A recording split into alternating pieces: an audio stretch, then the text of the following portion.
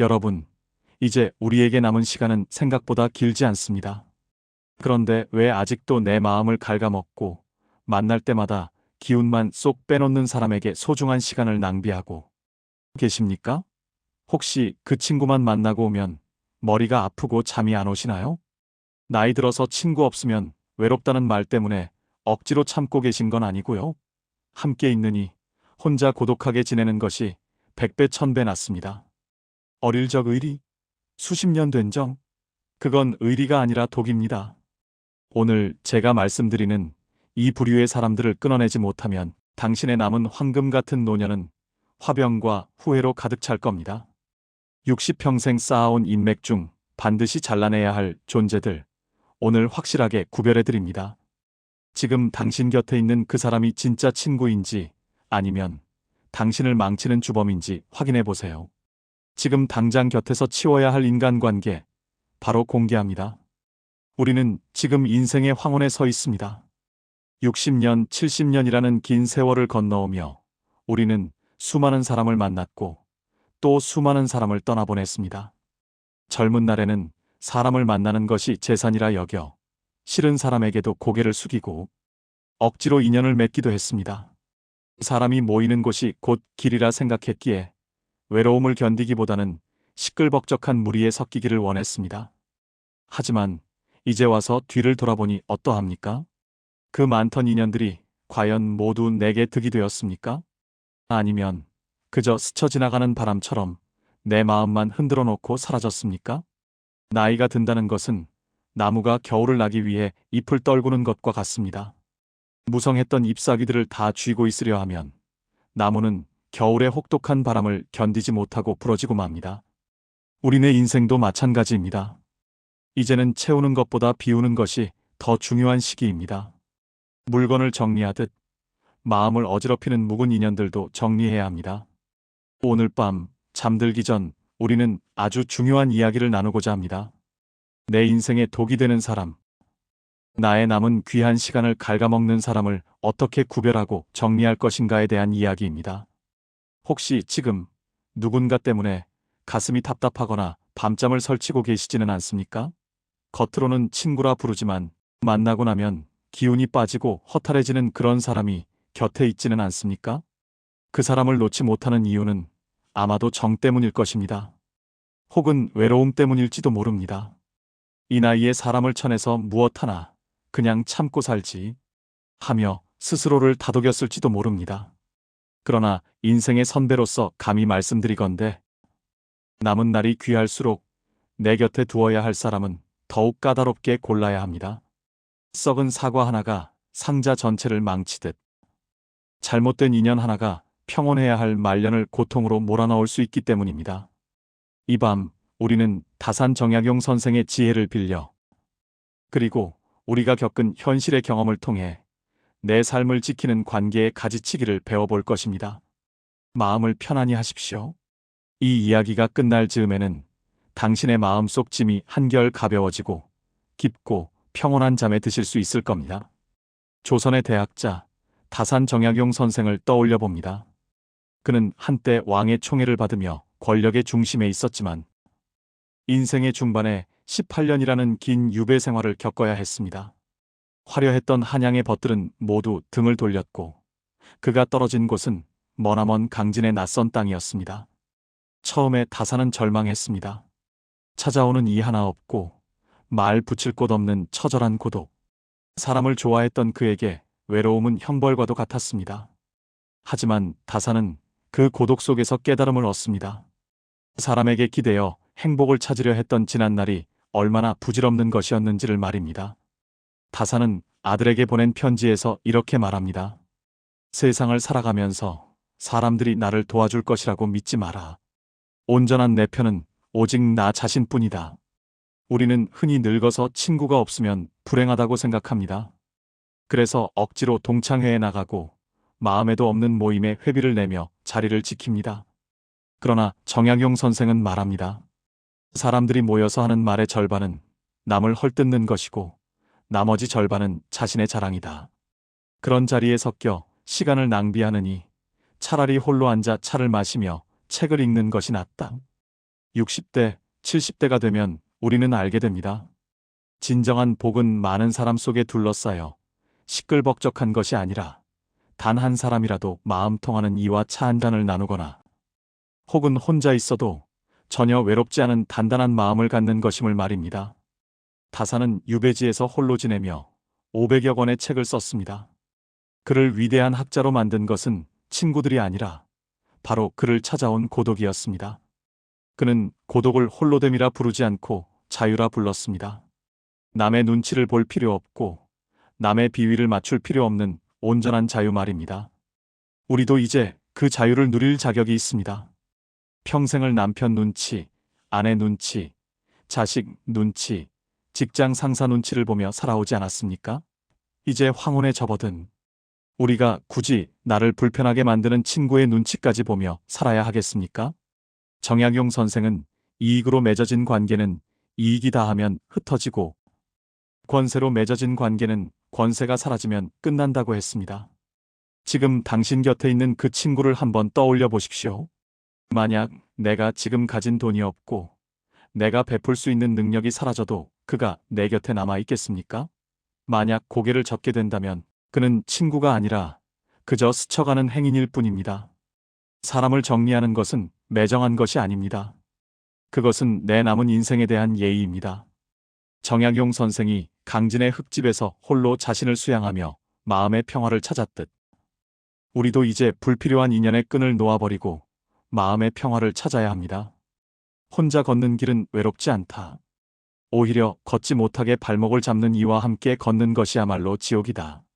이 말을 가슴에 새기며 이제 구체적으로 어떤 사람이 우리 발목을 잡는 독이 되는 인연인지 현실적인 눈으로 짚어보겠습니다.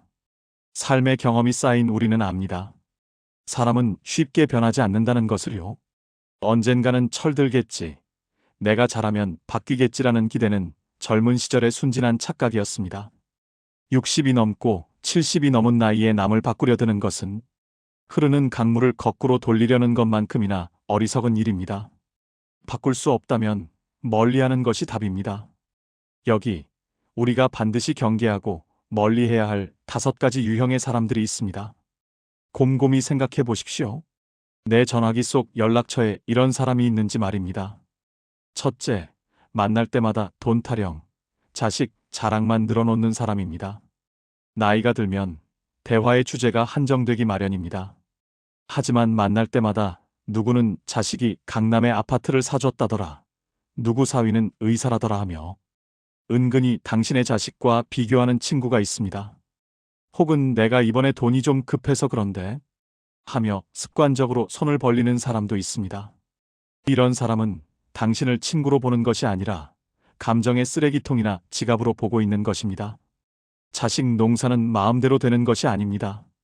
우리 모두 각자의 아픔이 있고 말 못할 사정이 있습니다. 그런데 굳이 남의 자식과 비교하며 내 자식을 깎아내리거나 내 소박한 행복을 초라하게 만드는 사람은 당신의 자존감을 갉아먹는 독충과도 같습니다. 특히 돈 거래는 더욱 그렇습니다.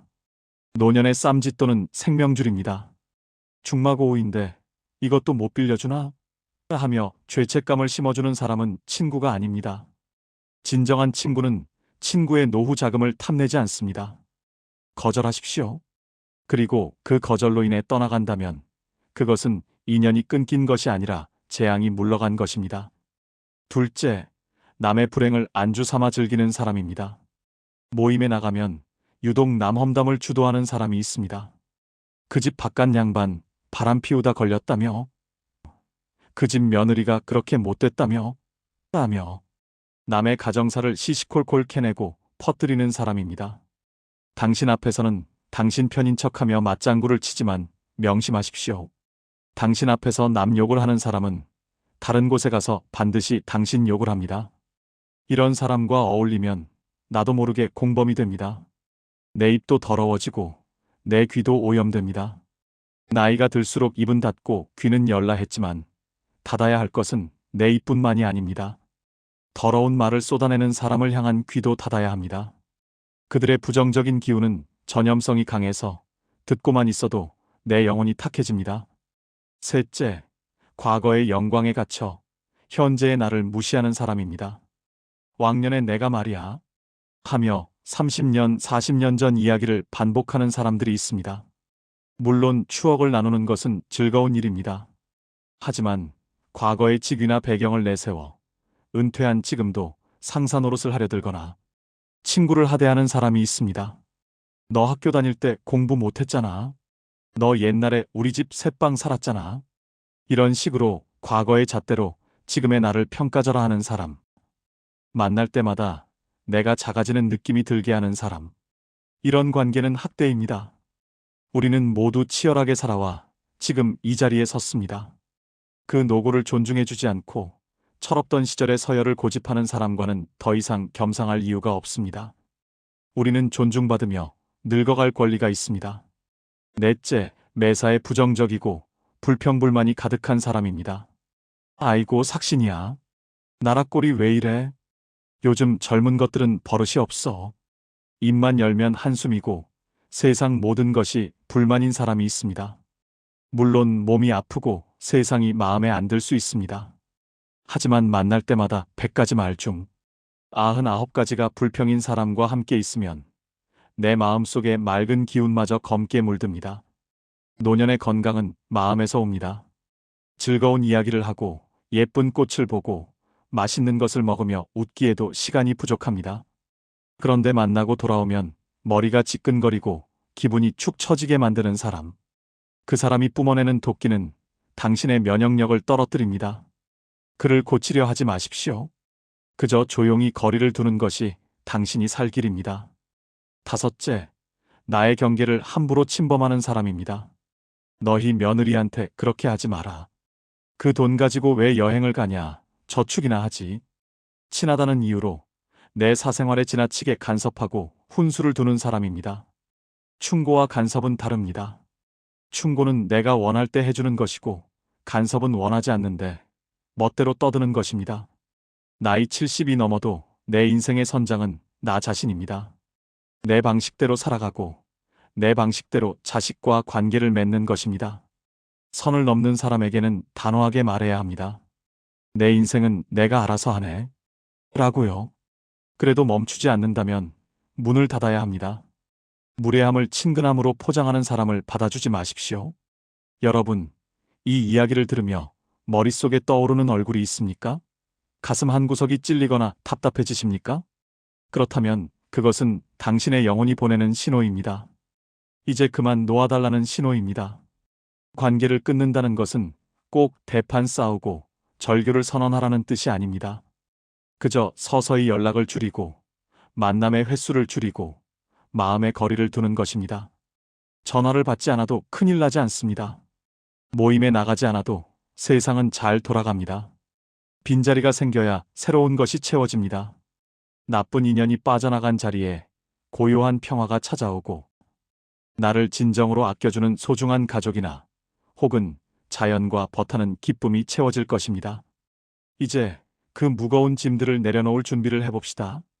자, 이제 눈을 감은 채 깊은 숨을 들이마셔 봅니다. 코로 시원한 공기가 들어오고 입으로 따뜻한 공기가 나갑니다. 들이마시고 내쉬고 오늘 우리가 나눈 이야기들, 마음속에 담아두었던 껄끄러운 인연들, 서운했던 기억들, 이 모든 것을 날숨에 실어 몸 밖으로 내보냅니다. 상상해 보십시오. 당신은 지금 잔잔한 호수 위에 떠있는 작은 조각배에 타고 있습니다. 배 안에는 크고 작은 돌멩이들이 가득 실려 있습니다. 그 돌멩이 하나하나가 바로 당신을 힘들게 했던 사람들, 끊어내지 못했던 미련들입니다. 이제 당신은 그 돌멩이들을 하나씩 집어들어 호수 밖으로 던져버립니다. 자식 자랑하던 김 씨의 말들, 퐁당. 돈 빌려달라던 이 씨의 얼굴, 퐁당. 내 험담을 하던 박 씨의 목소리, 퐁당. 여러분, 나무도 건강하게 잘 자라려면 죽은 가지를 쳐내야 합니다. 사람 관계도 마찬가지입니다. 이제껏 남의 눈치 보느라 정 때문에 내 마음 다치는 줄도 모르고 사셨잖아요. 이제는 남을 위해서가 아니라 나를 위해서 사십시오. 내 마음을 병들게 하는 사람을 곁에 두기에 우리 인생은 너무나도 아름답고 짧습니다. 오늘 이 영상을 보신 여러분 모두가 불편한 인연으로부터 자유로워져서 오직 평온함만 가득한 노후를 보내시길 진심으로 응원합니다. 하나씩 던질 때마다 배는 조금씩 가벼워지고 물 위로 둥실 떠오릅니다. 무거웠던 짐들이 사라지니 배는 흔들림 없이 고요해집니다. 당신의 어깨를 짓누르던 무게도 사라집니다. 가슴이 시원해집니다. 우리네 인생 참으로 길고도 짧았습니다. 여기까지 오시느라 정말 애쓰셨습니다. 이제 남은 여정은 오직 당신의 평안과 행복을 위해서만 쓰십시오. 싫은 사람을 보며 찡그리기에는 당신의 주름진 눈가가 너무나 귀합니다. 나쁜 말을 듣느라 고생하기에는 당신의 귀가 너무나 소중합니다. 당신은 이제 자유롭습니다.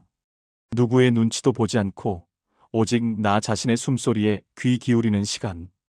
이 고요함이 당신을 지켜줄 것입니다. 발끝에서부터 따뜻한 기운이 올라옵니다. 종아리, 허벅지, 허리의 긴장이 스르르 풀립니다. 움켜쥐었던 손의 힘도 툭 하고 풀어집니다. 미간의 주름도 펴지고 입가에는 옅은 미소가 번집니다. 아무 걱정하지 마십시오. 내일은 더 가볍고 더 맑은 하루가 당신을 기다리고 있습니다. 나를 힘들게 하는 인연은 멀어지고 나를 편안하게 하는 복된 기운만이 당신의 잠자리를 지킬 것입니다. 수십 년 맺어온 인연을 끊는다는 게 쉬운 일은 아닙니다. 하지만 내 영혼을 갉아먹는 관계를 끊어내는 것이야말로 내 남은 생에 줄 수 있는 가장 큰 선물입니다. 혹시 여러분 곁에도 오늘 말씀드린 독이 되는 사람 때문에 소갈이했던 경험이 있으신가요? 있다면 댓글로 마음껏 털어놔 주세요. 제가 하나하나 읽고 응원해드리겠습니다. 오늘 내용이 도움되셨다면 구독과 좋아요 눌러주시고 소중한 분들에게도 이 영상을 공유해주세요. 다음 시간에도 여러분의 인생이 더 가벼워지는 이야기로 찾아오겠습니다. 감사합니다.